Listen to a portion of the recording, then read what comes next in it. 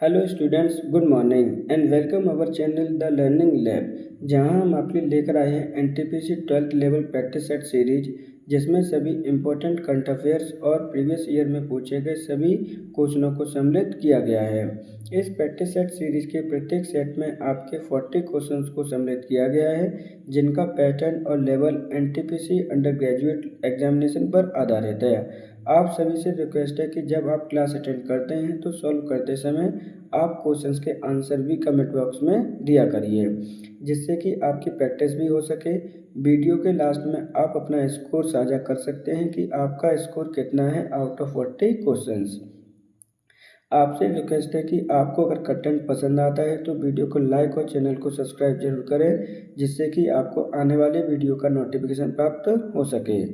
और अगर आपको हमें कोई सजेशन देना है तो आप हमें कमेंट बॉक्स में आकर दे सकते हैं। वीडियो स्टार्ट करने से पहले आपके लिए इन्फॉर्मेशन है, जो बच्चे पेट 2025 की प्रिपरेशन कर रहे हैं और प्रैक्टिस करना चाहते हैं, उनके लिए चैनल पर already 50 marks practice set series start हो चुकी है। आप वहां पर जाकर उसे देख सकते हैं। तो चलिए देखते हैं आज का अपना पहला क्वेश्चन। सतत विकास रिपोर्ट 2025 के अंतर्गत भारत की कौन सी रैंक है? 110, 105, 99 या फिर 95? तो क्वेश्चन को ध्यान से समझिएगा।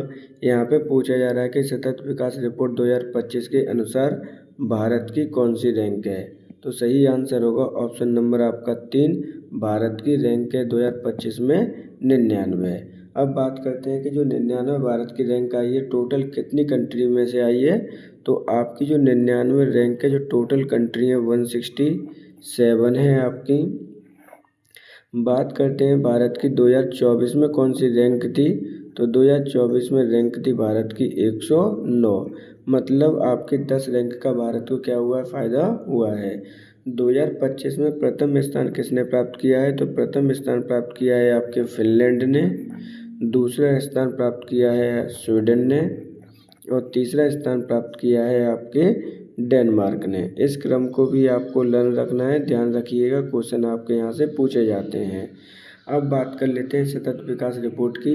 तो ये रिपोर्ट के अनुसार आपके 2015 में एक सम्मेलन हुआ था, जिसके अंतर्गत ये बताया गया था कि हमें कुछ लक्ष्यों को निर्धारित करना है, जिन्हें प्राप्त करना है 2030 में। अब कौन से लक्ष्य प्राप्त करने हैं? तो इनके अंतर्गत आपके 17 लक्ष्यों का निर्धारित किया गया था। 17 के भी अंतर्गत आपके 169 आपके सब टारगेट से, जिनको अचीव करना है 2030 तक। और ये कौन से टारगेट हैं? तो वो हैं आपके सतत विकास से रिलेटेड आपके टारगेट थे। तो क्वेश्चन को दोबारा से समझ लीजिए, जिससे कि आपको चीज़ें याद रहें। रिपोर्ट में पूछा गया है कि भारत की कौन सी रैंक है? तो 99 है। कितने देशों में से? 167 में से। 2024 में रैंक है भारत की 109। प्रथम स्थान प्राप्त किया है इसमें फिनलैंड, दूसरा स्वीडन और तीसरा आपका डेनमार्क ने। विकास रिपोर्ट से संबंधित आपका पहला जो समझौता था वो किया गया था एग्रीमेंट आपके 15 में। हमें 2030 तक लक्ष्यों को प्राप्त करना है। उसके अंतर्गत 17 टारगेट दिए गए हैं और 17 के अंतर्गत भी सब टारगेट हैं आपके 169। इस प्रकार सही आंसर होगा ऑप्शन नंबर 3, 99 रैंक है भारत की। निम्नलिखित में से कौन सम्मिलित नहीं है? तो देखिए, एक तरफ आपके विटामिन दे रखे हैं, दूसरी तरफ उनसे संबंधित आपकी बीमारी दे रखी है। क्वेश्चन में पूछा गया है कि कौन सा आपका सम्मिलित नहीं है। तो vitamin A blindness, vitamin B very very, vitamin C scurvy, vitamin D blood clotting. तो सही आंसर होगा ऑप्शन नंबर आपका 4। विटामिन डी से आपकी ब्लड क्लॉटिंग नहीं होती, जबकि आपका रोग होता है रिकेट्स। रिकेट्स अर्थात आपका इसको सूखा रोग भी कह सकते हैं, कि इससे कमी से क्या होता है, आपका सूखा रोग होता है। सही आंसर होगा ऑप्शन नंबर 4। ऊर्जा संक्रमण सूचकांक 2025 किसके द्वारा प्रकाशित किया गया? विश्व आर्थिक मंच, विश्व स्वास्थ्य संगठन, विश्व बैंक या न्यू डेवलपमेंट बैंक? तो देखिए, यहाँ पर आपसे पूछा गया है ऊर्जा संक्रमण सूचकांक 2025 किसके द्वारा आपका प्रकाशित किया गया है? तो सही आंसर होगा आपका विश्व आर्थिक मंच के द्वारा इसे प्रत्येक साल आपका प्रकाशित किया जाता है ऊर्जा संक्रमण सूचकांक को। अब बात करते हैं ऊर्जा संक्रमण सूचकांक 2025 की। तो 2025 में इसका कौन सा एडिशन है? तो एडिशन है आपका 15। जब भी कोई भी इंडेक्स आता है तो उसमें सबसे ज़्यादा इम्पोर्टेंट रहता है कि भारत के संदर्भ में कौन सी रैंक है। तो भारत की 2025 में इसमें कितनी रैंक है? तो भारत की रैंक है आपके 71। कितने में से ये 71? तो आउट ऑफ 188। ध्यान रखिएगा 118 में से भारत की रैंक है ये। इसको याद करना कंपलसरी है, इम्पोर्टेंट है आपके लिए। जबकि प्रथम स्थान किसने प्राप्त किया है? तो यहाँ पर जो प्रथम स्थान प्राप्त किया है वो स्वीडन ने किया है। दूसरा स्थान आपके फिनलैंड ने प्राप्त किया है और तीसरा स्थान प्राप्त किया है आपके डेनमार्क ने। इन क्रम को भी आपको लर्न करना कंपलसरी है। क्वेश्चन में पूछा गया था कि ऊर्जा संक्रमण सूचकांक 2025 किसके द्वारा प्रकाशित किया गया है? तो सही आंसर होगा विश्व आर्थिक मंच। निम्नलिखित में से कौन सम्मिलित नहीं है? आगरा, यमुना, नासिक, गोदावरी, उज्जैन, छपरा, जबलपुर या फिर चंबल। तो देखिए इस तरह के क्वेश्चन जब भी आते हैं तो क्वेश्चन को पढ़ना ये जरूरी हो जाता है कि क्या आपका लिखा हुआ है। क्वेश्चन पूछा गया है कौन सम्मिलित नहीं है, तो सही आंसर होगा ऑप्शन नंबर 4। जबलपुर आपका चंबल नदी के किनारे ना होकर किस नदी के किनारे आपका नर्मदा नदी के किनारे पर बसा हुआ एक शहर है जो कि स्थित है आपके एमपी में। एमपी की राजधानी क्या है? तो एमपी की राजधानी है आपकी भोपाल, जहाँ के सीएम है आपके मोहन यादव। आपको कंपलसरी है याद करना, ध्यान रखिएगा। सही आंसर होगा ऑप्शन नंबर 4। भारतीय संविधान के अनुच्छेद 280 का संबंध किससे है? वित्त आयोग, चुनाव आयोग, संघ लोक सेवा आयोग या फिर राष्ट्रीय आपातकाल। तो देखिए यहाँ पर आपसे पूछा गया है कि अनुच्छेद 280 का संबंध किससे है? तो सही आंसर होगा ऑप्शन नंबर 1, आपका वित्त आयोग से संबंधित है आर्टिकल नंबर 280। जबकि चुनाव आयोग से कौन सा संबंधित है? तो चुनाव आयोग से संबंधित है 324। संघ लोक सेवा आयोग से संबंधित है आपका 312। राष्ट्रीय आपातकाल से संबंधित है आपके 352 से लेकर 360। इनको भी आपको याद रखना है, ध्यान रखिएगा। इम्पोर्टेंट आर्टिकल से कोई भी आर्टिकल आपसे पूछा जा सकता है। क्वेश्चन में पूछा गया था आर्टिकल नंबर 280 का संबंध किससे है? तो सही आंसर होगा ऑप्शन नंबर 1, वित्त आयोग। एंडीज पर्वतमाला किस महाद्वीप में स्थित है? अफ्रीका, दक्षिण अमेरिका, यूरोप या फिर ऑस्ट्रेलिया। तो देखिए यहाँ पे बोला गया है कि एंडीज पर्वतमाला किस महाद्वीप में स्थित है? तो सही आंसर होगा ऑप्शन नंबर 2, यह दक्षिणी अमेरिका में स्थित है। अब एंडीज पर्वतमाला की स्थिति कहाँ पर है? तो देख लीजिए, ये आपकी जो स्थिति है वो दक्षिणी अमेरिका के वेस्टर्न साइड में है। कहाँ पर है आपकी? वेस्टर्न साइड में है। इस चीज़ को भी आप याद रखेंगे।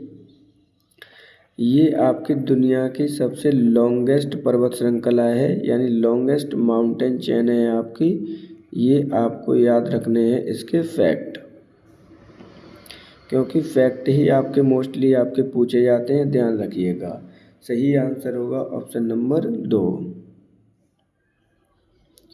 निम्नलिखित में से ऑस्ट्रेलिया की राजधानी क्या है? कैनबरा, सिडनी, मेलबर्न या फिर पर्थ। तो देखिए यहाँ पर आपसे पूछा गया है कि ऑस्ट्रेलिया की राजधानी क्या है?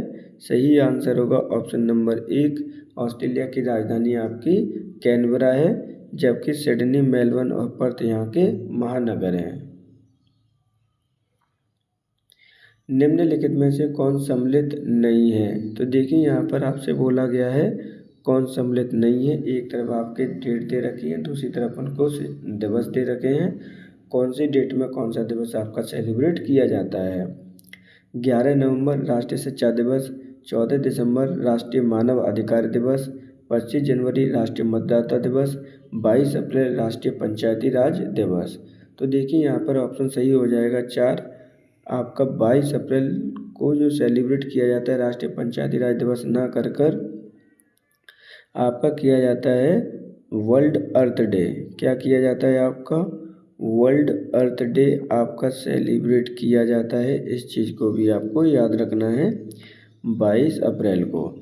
जबकि पंचायती राज दिवस कब किया जाता है, तो पंचायती राज दिवस किया जाता है आपके 24 अप्रैल को। इस प्रकार ऑप्शन नंबर सही आंसर होगा 4। भारतीय संविधान के अनुसार राष्ट्रपति किस अनुच्छेद के तहत वित्तीय आपातकाल की घोषित कर सकता है? अनुच्छेद 352, अनुच्छेद 356, अनुच्छेद 360, अनुच्छेद 368। मोस्ट इम्पोर्टेंट क्वेश्चन है, अक्सर करके यहाँ से क्वेश्चन पूछे जाते हैं। एसएससी कई बार पूछ चुकी है, एनटीपीसी भी लगातार पूछती है। यहाँ पर पूछा गया है कि राष्ट्रपति किस अनुच्छेद के तहत वित्तीय आपातकाल की घोषित कर सकता है, तो सही आंसर होगा ऑप्शन नंबर आपका 3। राष्ट्रपति अनुच्छेद 360 के अनुसार राष्ट्रीय आपातकाल घोषित कर सकता है, जिसका आधार होगा आपका वित्तीय या फिर फाइनेंस। भारत में वित्तीय आपातकाल कितनी बार लगाया जा चुका है, तो भारत में वित्तीय आयोग एक ही बार नहीं लगा है, यानी इसकी संख्या कितनी है, 0 होगी। अब बात कर लेते हैं अलग अनुच्छेदों की। तो अनुच्छेद 352 आपका संबंध है राष्ट्रीय आपातकाल से, जब कोई हम पर बाहरी आक्रमण कर दे, कोई देश बाहरी आक्रमण कर दे तो आपका राष्ट्रपति आपातकाल घोषित कर सकता है, राष्ट्रीय आपातकाल घोषित कर सकता है, ध्यान रखिएगा। दूसरा है आपका 356। 356 का मतलब है आंतरिक विद्रोह, यानी अगर आपके किसी भी देश के किसी भी पार्ट में आंतरिक विद्रोह हो जाता है तो वो उस पर्टिकुलर क्षेत्र के लिए आपातकाल घोषित कर सकता है या फिर पूरे देश के लिए आपातकाल घोषित कर सकता है, और ये अधिकार दे रखा है किसको, राष्ट्रपति महोदय को, ध्यान रखिएगा। तीसरा चौथा जो ऑप्शन है अनुच्छेद 368, इसका संबंध किससे, तो इसका संबंध है संविधान संशोधन से। इसलिए आपको एक एक पॉइंट लर्न करना है, क्योंकि क्वेश्चन कुछ भी आपका पूछा जा सकता है। सही आंसर होगा ऑप्शन नंबर 3। ऑक्सफोर्ड डिक्शनरी ने 2024 के लिए वर्ड ऑफ द ईयर घोषित किया है। ब्रेन रूट, पोलराइजेशन, ब्रेड या फिर मैनिफेस्ट। तो देखिए इम्पोर्टेंट क्वेश्चन है, यहाँ से भी कई बार पूछे गए हैं कि जो आपकी डिक्शनरी है, कौन सी डिक्शनरी है, डिक्शनरी है आपकी ऑक्सफोर्ड। ऑक्सफोर्ड डिक्शनरी ने 2024 के लिए वर्ड ऑफ द ईयर किसे चुना है या किसे घोषित किया गया है? सही आंसर होगा ऑप्शन नंबर 1, ब्रेन रूट को ऑक्सफोर्ड डिक्शनरी ने 2024 का वर्ड ऑफ द ईयर चुना है। तो सही आंसर होगा ऑप्शन नंबर 1। अब जो अदर ऑप्शन है उन्हें देख लीजिए, क्योंकि यहाँ से भी क्वेश्चन आपके पूछे जाते हैं, क्योंकि अलग अलग आपकी डिक्शनरियाँ हैं जो वर्ड ऑफ द ईयर घोषित करती हैं। आपका जो पोलराइजेशन घोषित किया है वो किसने घोषित किया है, तो वो किया है मैरियम वेबस्टर डिक्शनरी ने। किस डिक्शनरी ने किया है, आपका मैरियम वेबस्टर डिक्शनरी ने आपका इस वर्ड को घोषित किया है। जबकि ब्रेड किसने घोषित किया है, तो ये कॉलिन डिक्शनरी है आपकी, क्या है, कॉलिन्स डिक्शनरी है, इसको भी याद रखना है। जो कि दूसरी सबसे इम्पोर्टेंट मानी जाती है कैम्ब्रिज डिक्शनरी, तो कैम्ब्रिज ने आपका घोषित किया है मैनिफेस्ट को। क्वेश्चन में पूछा गया था कि आपका ऑक्सफोर्ड डिक्शनरी के द्वारा, सही आंसर होगा ऑप्शन नंबर 1, ब्रेन रूट। निम्नलिखित में से गंगा की सहायक नदी नहीं है, यमुना, गंडक, रामगंगा या फिर लूनी। तो देखिए यहाँ पर आपसे बोला गया है कि कौन सी नदी आपकी गंगा की सहायक नदी नहीं है। सही आंसर होगा ऑप्शन नंबर 4, लूनी नदी आपकी गंगा की नदी सहायक नदी नहीं है। अब बात करते हैं गंगा नदी के बारे में। तो गंगा नदी का जो उद्गम होता है वो आपका उत्तराखंड में उद्गम हुआ है आपका, जिसके बाद में आपकी उत्तर प्रदेश के बाद में आपकी बिहार, और बिहार के बाद आपकी झारखंड, और झारखंड के बाद आपकी कहाँ चली जाती है, पश्चिम बंगाल में चली जाती है। उसके बाद आपकी बांग्लादेश में जाते हुए बे ऑफ बंगाल में अपने पानी को ड्रॉप करती है। यहाँ पर जो आपकी अलग अलग नदियाँ दे रखी हैं, रामगंगा, गंडक, ये कहाँ कहाँ से मिलती हैं, तो यमुना नदी आपकी कहाँ मिलती है आके, तो ये नदी मिलती है आपके प्रयागराज में, इसको भी आपको याद रखना है, इम्पोर्टेंट है। प्रयागराज में आकर यमुना नदी मिलती है, जहाँ पर आपका संगम बनता है। अब बात कर लेते हैं दूसरी लूनी नदी की। तो लूनी नदी की जो डायरेक्शन है वो आपकी ईस्ट टू वेस्ट डायरेक्शन में आपकी मूवमेंट करती है, यानी पूर्व से पश्चिम की ओर मूवमेंट करती है आपकी लूनी रिवर। लूनी रिवर का आपका उद्गम कहाँ से होता है, तो इसका अरावली रेंज से आपका उद्गम हुआ है। एक चीज़ आपको जो लर्न करनी है, लूनी जो रिवर है आपकी, उसे हम राजस्थान की लाइफ लाइन कहते हैं। क्या कहते हैं? Life line of Rajasthan. अब ऐसा क्यों है? क्योंकि ये आपकी जीवन रेखा है राजस्थान की। दूसरा जो सबसे ज़्यादा इम्पोर्टेंट पॉइंट है, ये अंतर्वाह नदी है आपकी। ये रन ऑफ कच्छ में जाकर ख़त्म हो जाती है। कहाँ हो जाती है? रन ऑफ कच्छ में जाकर ये ख़त्म हो जाती है। ये अपना पानी किसी भी महासागर, किसी सागर में ड्रॉप नहीं करती है। तो सही आंसर होगा ऑप्शन नंबर 4, गंगा की सहायक नदी नहीं है लूनी। लीजेंड चैंपियन लीग 2025 का विजेता कौन सी टीम रही? भारत, पाकिस्तान, ऑस्ट्रेलिया या फिर दक्षिण अफ्रीका? मोस्ट इम्पोर्टेंट क्वेश्चन है, क्योंकि ये अभी चर्चा में बना हुआ है। क्यों चर्चा में बना हुआ है, इस पर हम चर्चा करते हैं। पहले आंसर देख लीजिए। लीजेंड चैंपियन लीग 2025 का विजेता कौन सी टीम रही है? तो सही आंसर होगा ऑप्शन नंबर आपका 4, दक्षिण अफ्रीका ने यह खिताब जीता है। दक्षिण अफ्रीका के कैप्टन कौन थे? तो आप सभी जानते हैं, AB डिविलियर्स। AB डिविलियर्स आपके इसके कैप्टन्स थे। अब AB डिविलियर्स के नाम से ऑलरेडी आप जान गए होंगे कि ये चैंपियन लीग का संबंध किससे है। तो ये चैंपियन लीग का संबंध है आपका क्रिकेट से। अब ये ज़्यादा आपकी पॉपुलर क्यों हुई है, या फिर ये चर्चा में क्यों बनी हुई है? अभी करंट में ही आपका फाइनल खेला गया है। तो ये चर्चा में इसलिए बनी हुई है क्योंकि इंडिया ने आपका पाकिस्तान का क्या कर दिया है? बॉयकॉट कर दिया है। आपका जो सेमीफाइनल था इंडिया वर्सेस पाकिस्तान का, तो इंडिया ने पाकिस्तान से खेलने के लिए मना कर दिया। इसलिए ये आपकी जो लीग है वो चर्चा में बनी हुई है। जीता किसने है? दक्षिण अफ्रीका ने। जबकि रनर अप कौन सी टीम रही है? तो वो रही है आपकी पाकिस्तान। सही आंसर होगा option number 4। QS Asia university ranking 2025 में भारत के कितने विश्वविद्यालयों को सम्मिलित किया गया है? तो देखिए, जब भी QS यूनिवर्सिटी यानी एशिया की यूनिवर्सिटी पूछी गई हैं, किसकी पूछी गई हैं? एशिया की यूनिवर्सिटी रैंकिंग में भारत के कितने विश्वविद्यालयों को सम्मिलित किया गया है? 162, 262, 307 है 144? तो सही आंसर होगा यहाँ पर 162, यानी ऑप्शन नंबर 1, 162 यूनिवर्सिटी को इसके अंतर्गत भारत की रैंकिंग को ऐड किया गया है। जबकि टोटल कितने देशों की यानी आपकी यूनिवर्सिटी या संस्थान है इसके अंतर्गत? तो टोटल देश है आपके 25। ओनली किसके अंतर्गत है? ये एशिया के अंतर्गत की बात की जा रही है। ध्यान रखिएगा, एक एक पॉइंट इसका इम्पोर्टेंट है। इसके अंतर्गत जो टोटल यूनिवर्सिटी या संस्थान से वो कितने शामिल किए गए हैं? तो वो किए गए हैं आपके 986। अब बात कर लेते हैं कि फर्स्ट रैंक किसे प्रदान की गई है, कौन सी यूनिवर्सिटी को प्रदान की गई है? तो फर्स्ट रैंक आई है आपकी पेकिंग यूनिवर्सिटी को। और पेकिंग यूनिवर्सिटी कहाँ पर है? तो पेकिंग यूनिवर्सिटी है आपकी एक चाइना की यूनिवर्सिटी है। इस चीज़ को भी आपको याद रखना है, प्रथम अक्सर करके आपसे पूछी जाती है। क्वेश्चन को दोबारा समझ लीजिए। QS एशिया यूनिवर्सिटी रैंकिंग 2025 में भारत के कौन से कितने विश्वविद्यालय शामिल हैं? तो 162। टोटल कंट्री कितने इन्वॉल्व किए गए थे? 25। संस्थान कितने इन्वॉल्व किए गए थे? आपके 986 यूनिवर्सिटी या संस्थान को इसके अंतर्गत शामिल किया गया था। इस चीज़ को भी आपको याद रखना है। प्रथम स्थान किस यूनिवर्सिटी को प्राप्त हुआ है? तो वो हुआ है पेकिंग यूनिवर्सिटी को, चाइना। सही आंसर होगा ऑप्शन नंबर 1।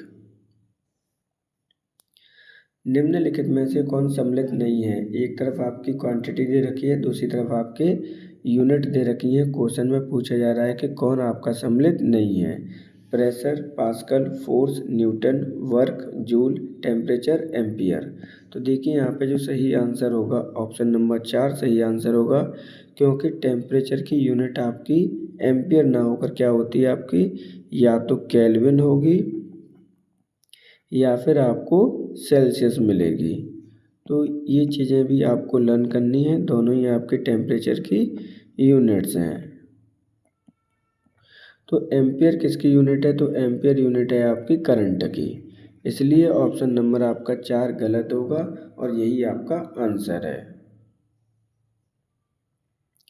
भारतीय रिजर्व बैंक का राष्ट्रीयकरण किस वर्ष हुआ था? 1935, 1949, 1969, 1980। तो देखिए, जब भी इस तरह का क्वेश्चन है तो आपको ध्यान से पढ़ना है। ऐसा नहीं है कि भारतीय रिजर्व बैंक आप देखो और आप डायरेक्ट 1935 पर पहुंच जाओ, ये आंसर क्या होगा? गलत हो जाएगा।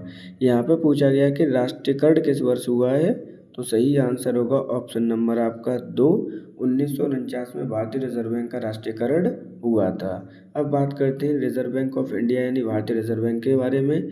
इसकी स्थापना कब हुई थी? तो इसकी स्थापना हुई है आरबीआई एक्ट भी पूछा जाता है आपका। आरबीआई एक्ट 1934 के आधार पर स्थापना हुई है आपकी 1 अप्रैल 1935 को। तो प्रत्येक 1 अप्रैल को इसका स्थापना दिवस मनाया जाता है। राष्ट्रीयकरण हुआ है 1949 में। इसे बैंक ऑफ बैंक भी कहते हैं, जो भी आपके पूरे भारत का क्या करती है? लेन देन को निगरानी में रखती है। अब बात करते हैं 1969 की। तो 1969 में आपकी 17 बैंक्स को राष्ट्रीयकरण किया गया था। इस चीज़ को भी आप याद रखेंगे।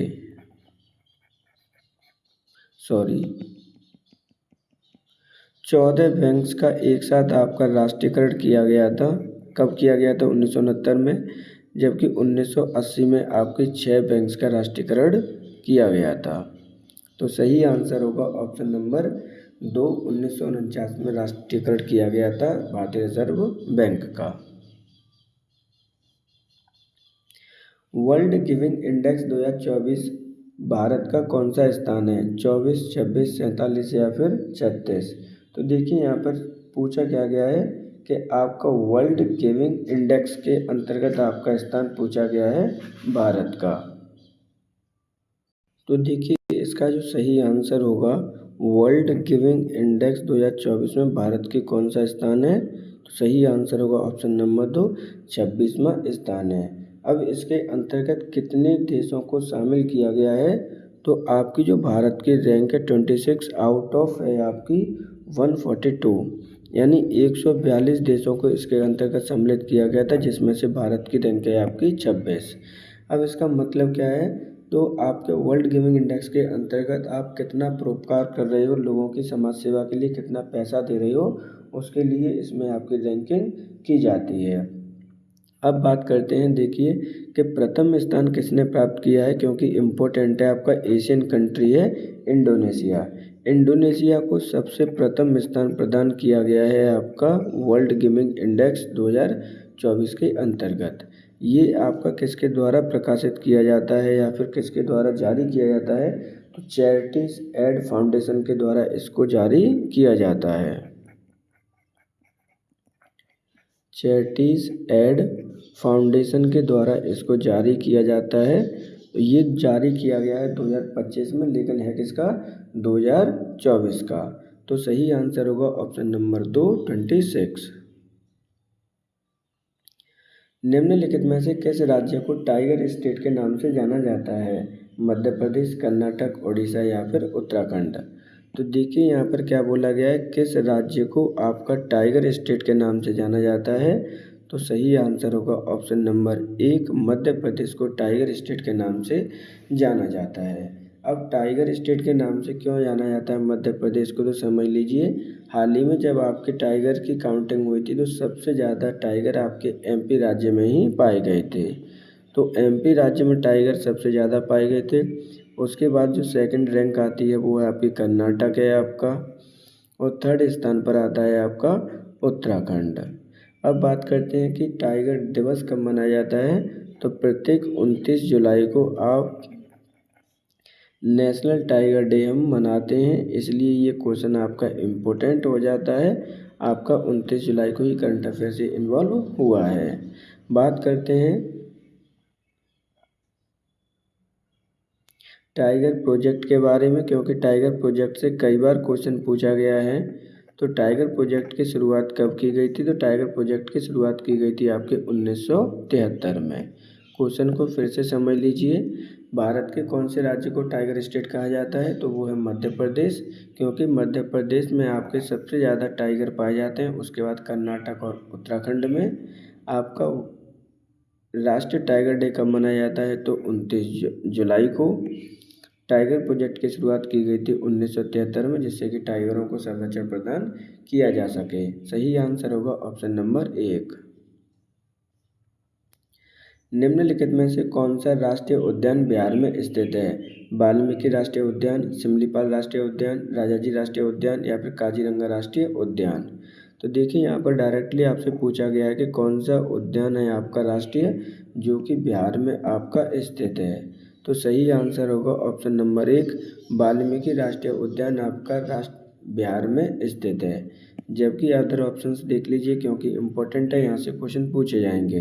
सिमलीपाल राष्ट्रीय उद्यान कहाँ पे स्थित है, तो ये आपके उड़ीसा राज्य में स्थित है। राजाजी राष्ट्रीय उद्यान कहाँ पर स्थित है, तो ये आपके उत्तराखंड में स्थित है। काजीरंगा राष्ट्रीय उद्यान कहाँ पर स्थित है, तो ये स्थित है आपके असम राज्य में। इस प्रकार जो सही आंसर होगा वो ऑप्शन नंबर 1 होगा। वाल्मीकि राष्ट्रीय उद्यान आपके बिहार राज्य में स्थित है, जिसकी राजधानी क्या है आपकी, पटना है। और सीएम कौन है, तो आपके नीतीश कुमार हैं। सही आंसर होगा ऑप्शन नंबर आपका 1। अनुच्छेद 40 का संबंध किससे है? पंचायत के गठन, शिक्षा का अधिकार, अस्पृश्यता का उन्मूलन या इनमें से कोई नहीं। तो देखिए अनुच्छेद 40 का संबंध किससे पूछा गया है? सही आंसर होगा ऑप्शन नंबर 1, पंचायत के गठन से संबंधित है आपका अनुच्छेद 40। अब बात करते हैं पंचायत का गठन किसके द्वारा किया जाना है, तो ये गठन किया जाना है आपके राज्यों के द्वारा, क्योंकि जो राज्यों के नीति निर्देशक तत्व हैं उसके अंतर्गत आता है आपका आर्टिकल नंबर 14।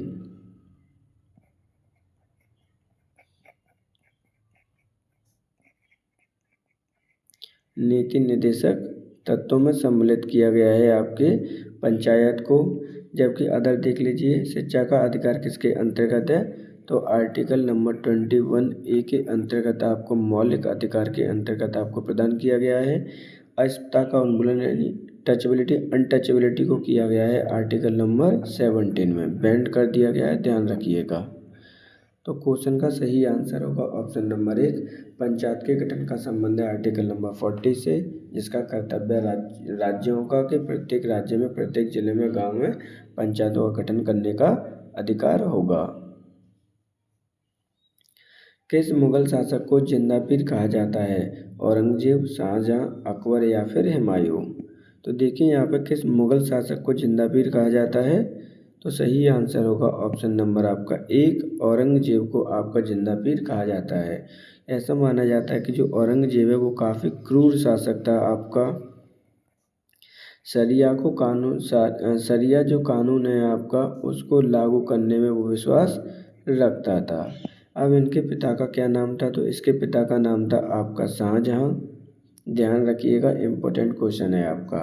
सही आंसर होगा ऑप्शन नंबर 1।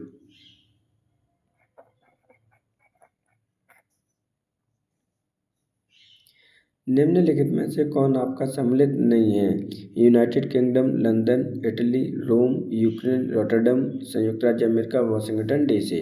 एक तरफ आपके देखिए यहाँ पर दे रखी है राजधानियाँ, दूसरी तरफ आपके देश दे रखे हैं। क्वेश्चन में पूछा गया कौन सम्मिलित नहीं है, तो सही आंसर होगा ऑप्शन नंबर आपका 3, यूक्रेन। यूक्रेन की राजधानी रॉटरडम ना होकर क्या है आपकी, कीव है। क्या है, कीव है, याद कर लीजिएगा। अब ये इम्पोर्टेंट क्यों हो जाता है यूक्रेन? यूक्रेन इसलिए इम्पोर्टेंट है क्योंकि यूक्रेन विशेष आपका जो रूस है अभी तक इसका युद्ध कंटिन्यूस है, और यहाँ पर आपके कई बार ये चर्चा का विषय बना होता है। बात करते हैं यूक्रेन के बारे में, तो यूक्रेन के प्रेसिडेंट कौन है, तो यूक्रेन के जो प्रेसिडेंट हैं आपके वो व्लादिमीर कौन है, जेलेंस्की हैं। तो यहाँ जेलेंस्की नाम से ही इनको लर्न कर लीजिए, क्योंकि कई बार ये क्वेश्चन आपका आता है। एंडरसन तेंदुलकर ट्रॉफी का संबंध किस खेल से है? क्रिकेट, हॉकी, फुटबॉल या फिर वॉलीबॉल। मोस्ट इम्पोर्टेंट है आपका, ध्यान रखिएगा। एंडरसन तेंदुलकर ट्रॉफी का जो संबंध है वो किस खेल से है? तो पहले आंसर देख लीजिए, फिर इस पर चर्चा करते हैं। सही आंसर होगा ऑप्शन नंबर 1, इसका संबंध क्रिकेट से है। तो ये एंडरसन और जो तेंदुलकर ट्रॉफी किनके मध्य खेली जानी है? तो इंडिया और इंग्लैंड के मध्य खेली जाती है आपकी एंडरसन तेंदुलकर ट्रॉफी। इसका जो शुभारंभ हुआ है, एडिशन प्रारंभ हुआ है, वो प्रथम एडिशन है आपका। ये हाल ही में आपकी 5 टेस्ट मैच की सीरीज हुई थी, जिसके अंतर्गत आपकी 2-2 से आपकी सीरीज क्या रही थी? बराबर रही है, ध्यान रखिएगा। ये प्रथम एडिशन है, इसका भी आप ध्यान रखना।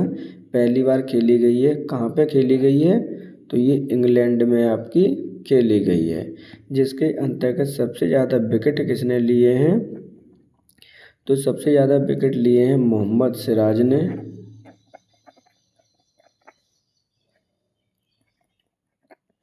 और सबसे ज़्यादा रन किसने बनाए हैं? तो रन बनाए हैं आपके शुभमन गिल ने। इम्पोर्टेंट क्वेश्चन है, ध्यान रखिएगा, यहाँ से क्वेश्चन 100% आपका आना ही आना है। बात करते हैं इंडिया का कैप्टन कौन था? तो इंडिया का कैप्टन है आपका शुभमन गिल। ध्यान रखिए, ये जो कैप्टन है शुभमन गिल, वो टेस्ट फॉर्मेट में इनको बनाया गया है। जबकि इंग्लैंड का कैप्टन कौन था? तो इंग्लैंड का कैप्टन है आपका वेन स्टोक। तो समझ लीजिए, आपका एंडरसन तेंदुलकर ट्रॉफी का संबंध क्रिकेट से, जो कि पहली बार आपकी खेली गई है। किनके मध्य खेली गई है? तो ये खेली गई है इंडिया वर्सेस इंग्लैंड के मध्य। पहला एडिशन आपका संपन्न हुआ है हाल ही में, आपका 2-2 से आपकी सीरीज बराबर रही है। सबसे ज़्यादा विकेट लिए हैं मोहम्मद सिराज ने, सबसे ज़्यादा रन बनाए हैं शुभम गिल ने। भारत टीम का कैप्टन है आपका शुभम गिल टेस्ट फॉर्मेट में, इंग्लैंड का कैप्टन है वेन स्टोक। सही आंसर होगा ऑप्शन नंबर 1। हिंदी कैलेंडर के अनुसार वर्ष का पहला महीना कौन सा होता है? सावन, माघ, कार्तिक या फिर चैत्र? तो देखिए, यहाँ पर आपसे पूछा गया है कि जो हिंदी का कैलेंडर होता है उसमें पहला महीना कौन सा होता है वर्ष का? सही आंसर होगा ऑप्शन नंबर आपका 4, चैत्र का पहला महीना होता है। जबकि आपका जो इंग्लिश कैलेंडर होता है उसका पहला महीना कौन सा होगा? यानी इंग्लिश कैलेंडर कहिए या फिर इसे जो हम अपने करंट में चलाते हैं ग्रेगोरियन कैलेंडर होता है। कौन सा होता है आपका? ग्रेगोरियन कैलेंडर होता है, जिसको हम अभी फॉलो करते हैं। तो इसका जो पहला महीना माना जाता है वो होता है आपका जनवरी। जबकि हिंदी कैलेंडर में आपका पहला महीना होता है आपका चैत्र। चैत्र कब स्टार्ट होता है? तो ये आपका स्टार्ट होता है मार्च और अप्रैल के मध्य में। सही आंसर होगा ऑप्शन नंबर 4। मौलिक कर्तव्य का संबंध निम्नलिखित में से किससे है? भारत के नागरिक, विदेशी सहित भारत में रहने वाले सभी लोग, विदेशी पर्यटक या इनमें से कोई नहीं? तो देखिए, यहाँ पे किसका संबंध है? मौलिक कर्तव्य का संबंध आपसे पूछा गया है, किससे इसका संबंध है? तो सही आंसर होगा ऑप्शन नंबर आपका 1, भारत के नागरिक से ही इसका संबंध है। हम विदेशियों से या फिर विदेशी पर्यटकों से उम्मीद नहीं करते हैं कि मौलिक कर्तव्यों का वो पालन करें। मौलिक कर्तव्य आपको कहाँ दे रखे हैं? तो भारत के जो संविधान है आपका, उसके अंतर्गत आर्टिकल नंबर 51A में आपको 51A में आपको दे रखे हैं मौलिक कर्तव्य। टोटल कितने मौलिक कर्तव्य दे रखे हैं? तो वर्तमान में आपके टोटल मौलिक कर्तव्य हैं 11, आर्टिकल नंबर 51A में दे रखे हैं। भाग कौन सा होगा आपके संविधान का? तो पार्ट 4 में इनको इन्वॉल्व किया गया है। सही आंसर होगा ऑप्शन नंबर 1। राजा हर्षवर्धन के दरबारी कवि कौन थे? तुलसीदास, सूरदास, बाणभट्ट या फिर रसकान? तो देखिए, राजा हर्षवर्धन के समय का जो दरबारी कवि कौन थे? सही आंसर होगा ऑप्शन नंबर 3, बाणभट्ट। बाणभट्ट के द्वारा आपकी एक पुस्तक काफ़ी बार पूछी जाती है, कादम्बरी। क्या है आपकी?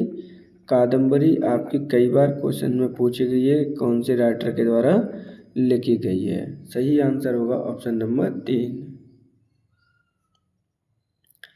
निम्नलिखित में से कौन सम्मिलित नहीं है? तो देखिए, यहाँ पर क्या पूछा गया, एक तरफ आपको राइटर दे रखे हैं, मोस्ट इम्पोर्टेंट राइटर हैं आपके, यहाँ से क्वेश्चन आपका पूछा ही जाना है, ध्यान रखिएगा।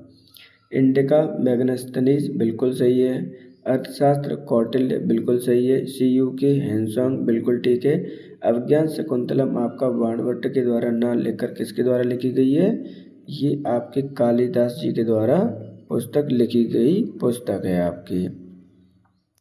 तो सही आंसर होगा ऑप्शन नंबर 4, अभिज्ञान शकुंतलम कालिदास के द्वारा लिखी गई है।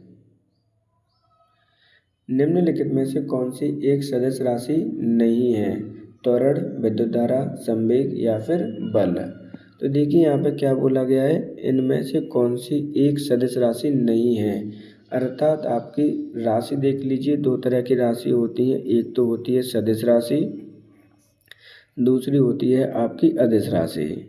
तो सदिश राशि में क्या होता है कि आपका परिमाण के साथ साथ आपको किसका भी ज्ञान होना चाहिए? परिमाण के साथ में आपको दिशा का भी ज्ञान होना चाहिए, उसे कहेंगे हम सदिश राशि। जबकि अदिश राशि के अंतर्गत ओनली हमें परिमाण पता होना चाहिए, दिशा से हमारा कोई लेना देना इसके अंतर्गत नहीं होता है। तो यही क्वेश्चन में पूछा गया है कि आपकी कौन सी राशि क्या है? सदिश मात्रा नहीं है। तो सही आंसर होगा ऑप्शन नंबर आपका 2, विद्युत धारा।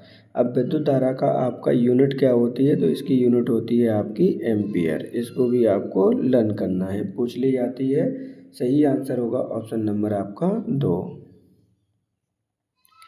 क्योटो प्रोटोकॉल किस वर्ष से अमल में लाया गया? 2004, 2006, 2007 या 2005।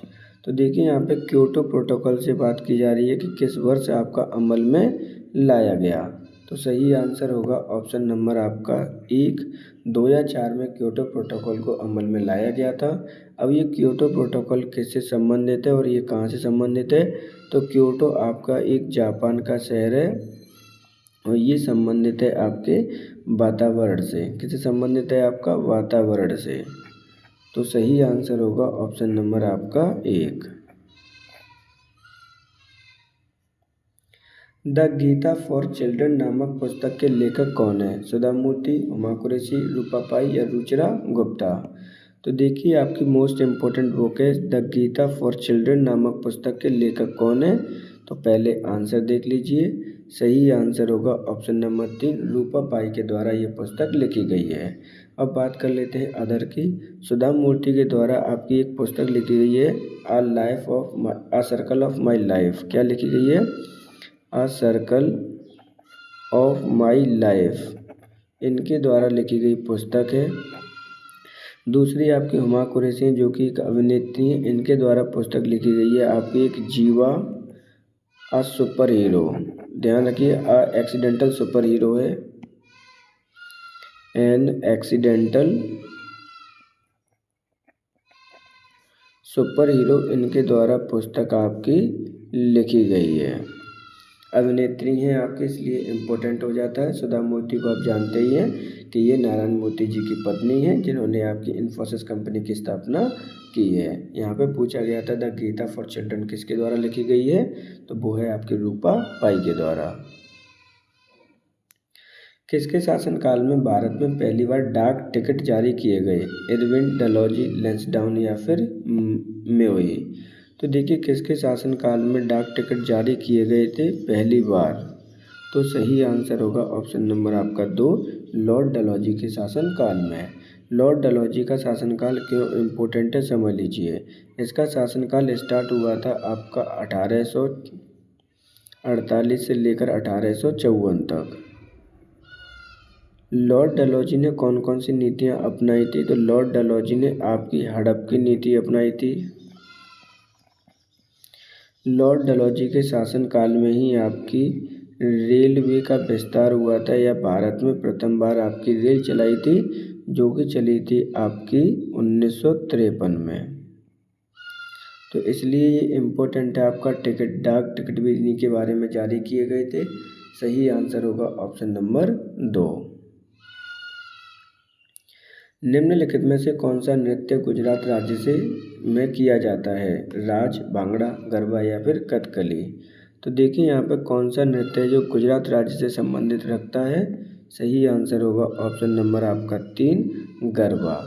गरबा आपका गुजरात में नवरात्रि के समय किया जाता है। जब आपकी चैत्र नवरात्रि और क्वार की नवरात्रियाँ चल रही होती हैं उस समय गरबा नृत्य किया जाता है। जबकि भांगड़ा का संबंध किससे है, तो भांगड़ा का संबंध आपका पंजाब राज्य से है। कथकली आपका एक शास्त्रीय नृत्य है जिसका संबंध है आपका केरल राज्य से। तो इस प्रकार जो सही आंसर होगा वो होगा आपका ऑप्शन नंबर 3 गरबा। निम्नलिखित में से कौन सम्मिलित है। देखिए इस प्रकार जो क्वेश्चन पूछा गया है वो पूछा गया है कि आपसे कौन सा इसमें सम्मिलित है। The welcome to the paradise Narendra Modi, the profit Twinkle Khanna, जीव और एक्सीडेंटल सुपर हीरो। यहाँ पे जैवा है, क्या है आपका जैवा है। जीवा an accidental super hero, 11 rules of my life, Chetan Bhagat. तो पूछा गया कौन सा आपका सम्मिलित है। सही आंसर होगा ऑप्शन नंबर आपका 4, 11 rules for life, Chetan Bhagat के द्वारा लिखी गई पुस्तक है। जबकि आपके welcome to paradise Twinkle Khanna के द्वारा लिखी गई है। जीवा एन एक्सीडेंटल सुपर हीरो ये लिखी गई है आपके किसके द्वारा, हुमा कुरैशी के द्वारा लिखी गई पुस्तक है आपकी। एक एक पुस्तक आपके लिए इम्पोर्टेंट है, ध्यान रखिएगा। द प्रॉफिट किसके द्वारा लिखी गई है, तो ये आपका एक मुस्लिम राइटर है उनके द्वारा पुस्तक लिखी गई है।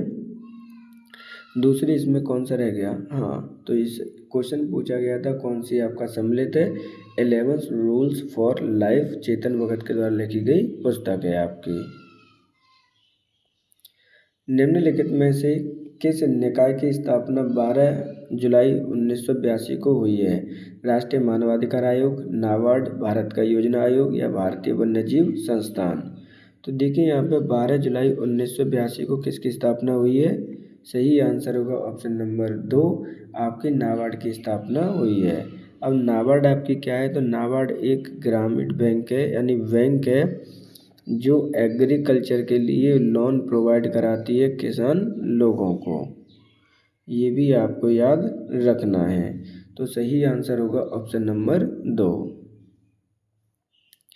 किस मुगल सम्राट को अंग्रेजों ने रंगून भेज दिया था। बहादुर शाह, जफर बादशाह, सहमद शाह, बादशाह प्रथम, बादशाह तृतीय। तो देखिए यहाँ पर आपके पूछे क्या गया क्वेश्चन पूछा गया है कि किस मुगल सम्राट को अंग्रेजों ने रंगून भेज दिया था। तो इसका सही आंसर होगा बहादुर शाह जफर को आपका भेज दिया गया था। यहाँ पर जफर इधर आएगा ऊपर। तो बहादुर शाह जफर को आपको भेज दिया गया था अंग्रेजों ने रंगून। अब बात करते हैं क्या मतलब है इस क्वेश्चन का। तो देखिए समझिए, जो अंतिम मुगल शासक थे आपके बहादुर शाह जफर, कौन से शासक हैं आपके, अंतिम मुगल शासक हैं, ध्यान रखिएगा। इनका शासनकाल कब से कब तक रहा था। तो इनको जो राजा बने थे वो बने थे आपके 1837 से लेकर 1858 तक इनका शासनकाल रहा था। जब आपके भारत में प्रथम स्वतंत्रता आंदोलन हुआ था, कब हुआ था, तो वो हुआ था 1857 में, जब जिन्होंने दिल्ली से आपका नेतृत्व किया था बहादुर शाह जफर ने। इसलिए अंग्रेज़ों ने उनको, जब ये लड़ाई या फिर जो स्वतंत्रता संग्राम था बंद हो गया था, उस समय इनको पकड़ के रंगून भेज दिया गया था। रंगून कहाँ पर है, तो ये रंगून है आपका म्यांमार में। तो इनकी डेथ कब हो गई थी वहाँ पर ही, तो वहाँ पर ही इनकी डेथ हो गई थी आपकी 1859 ईस्वी में। वहीं से आपका अंतिम मुगल सम्राट खत्म हो गया था। सही आंसर होगा ऑप्शन नंबर 1, बहादुर शाह जफर को अंग्रेजों ने रंगून भेज दिया था। आगरा शहर को किस शासक ने बसाया। सिकंदर लोदी, अकबर, बाबर या फिर शाहजहां। तो देखिए यहाँ पे आगरा शहर को किस शासक ने बसाया है। सही आंसर होगा ऑप्शन नंबर 1, सिकंदर लोदी। अब जो आगरा शहर के बारे में समझ लीजिए कब बसाया गया है, तो इनके द्वारा 1504 ईस्वी में बसाया गया है। किस नदी के किनारे पर है, तो ये आपका यमुना नदी के किनारे पर है।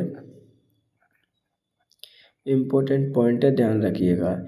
यहाँ पर जो फेमस बिल्डिंग है आपकी आगरा में, वो आपकी एक है ताजमहल, जो कि यमुना नदी के किनारे पर ही बना हुआ है। ताजमहल किसके द्वारा बनवाया गया है, तो वो शाहजहां के द्वारा आपका बनवाया गया है। इस चीज़ को भी आपको लर्न रखना है।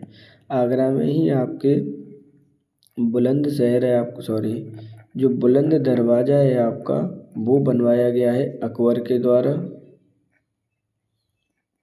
आगरा में ही आपका अकबर टॉम्ब है।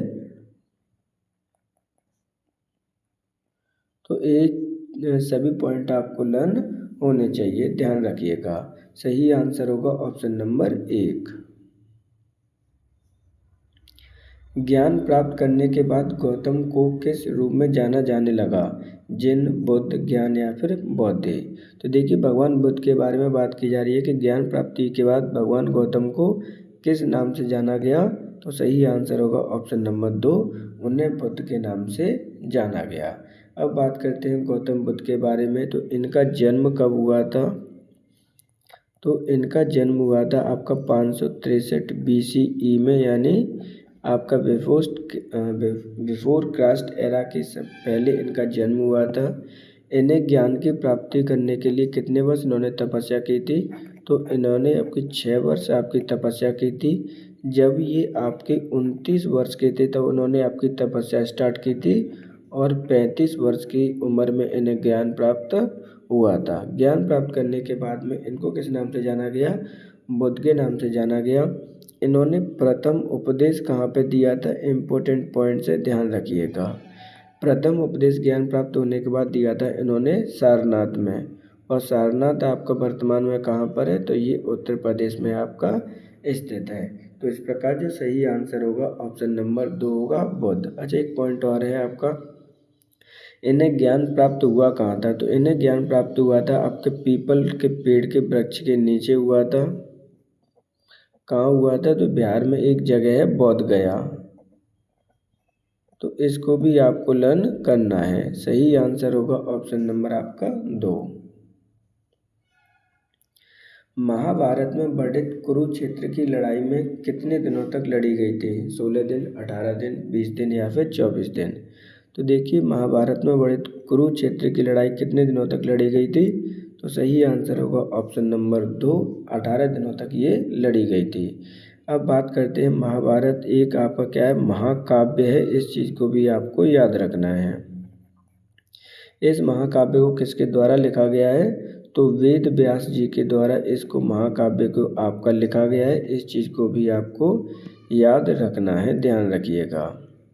इसके अंतर्गत आपके कुरु वंश जो आपका है, कुरु राजवंश है, उसके बारे में वर्णन किया गया है कि कैसे इन दो परिवारों के बीच में आपका लड़ाई हुई थी। किन के बीच में? तो पांडवास के बीच में, विशेष आपके कौरव थे आपके, उनके बीच में ये फाइट हुई थी जिसमें आपके पांडवास क्या हुए थे? विजय हुए थे। सही आंसर होगा ऑप्शन नंबर 2, 18 दिनों तक ये लड़ाई चली थी। अम्ल और क्षार की अवक्रिया में लवण के साथ और क्या बनता है? हाइड्रोजन, ऑक्सीजन, पानी या फिर कार्बन डाइऑक्साइड? तो देखिए यहाँ पे क्या है, अम्ल और क्षार की अवक्रिया के बाद लवण के साथ क्या बनता है?